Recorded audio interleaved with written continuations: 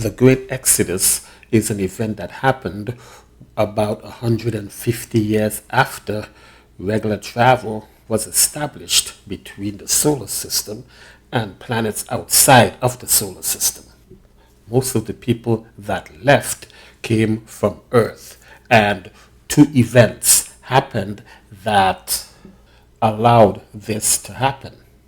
Technology has made it easier for groups to be able to create WMDs, and because of the disparity in the living situation on Earth, many of these groups believe that this was the only way to get revenge or to make things difficult for those they perceive as being rich. So the rise in terrorism exploded around the world. The second thing that happened was the rise in nanotechnology, where they were able to now build ships easily and cheaply.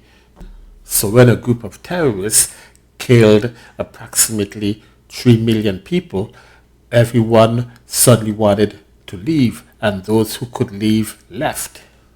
And since now travel on starships was within reach for many people, those who could leave left, and about 2.5 billion people left Earth and headed to find their own planet. So the population of Earth, which was about 5.5 billion people at the time, it dropped after the Great Exodus to 3 billion people. Earth's population never truly recovered. The Great Exodus lasted about 20 years. In that time, hundreds of planets were settled. Most of the settled planets form a 500 light year circle around Earth. Up to this point in time, no overarching government has been formed. What would happen is that they would send out drones ahead of time, and if they see any colonies on the planet that's been designated, then they will withdraw and head to a new planet. Within the boundaries of that 500 light year circle, it turns out that complex life had yet to be discovered.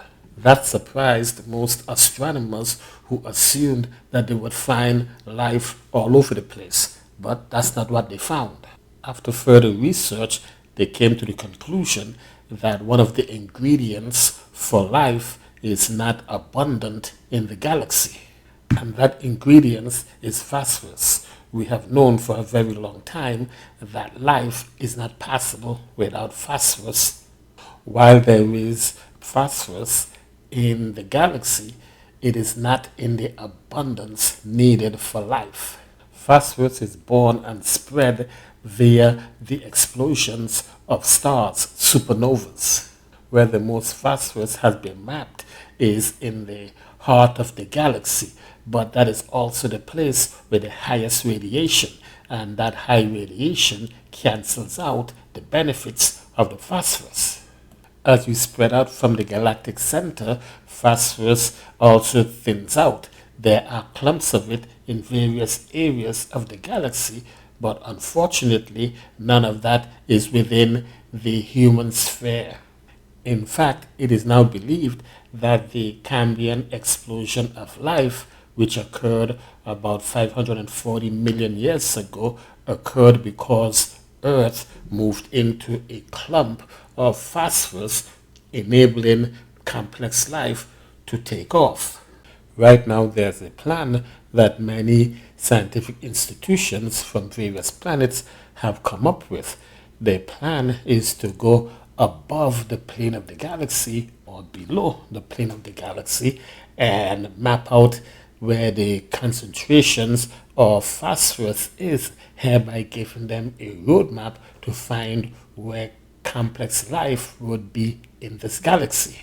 The problem currently is that without an interstellar government to back them, they need to find rich organizations or people on various planets that would be willing to fund them. There is currently about 100 planets where single-cell life was discovered.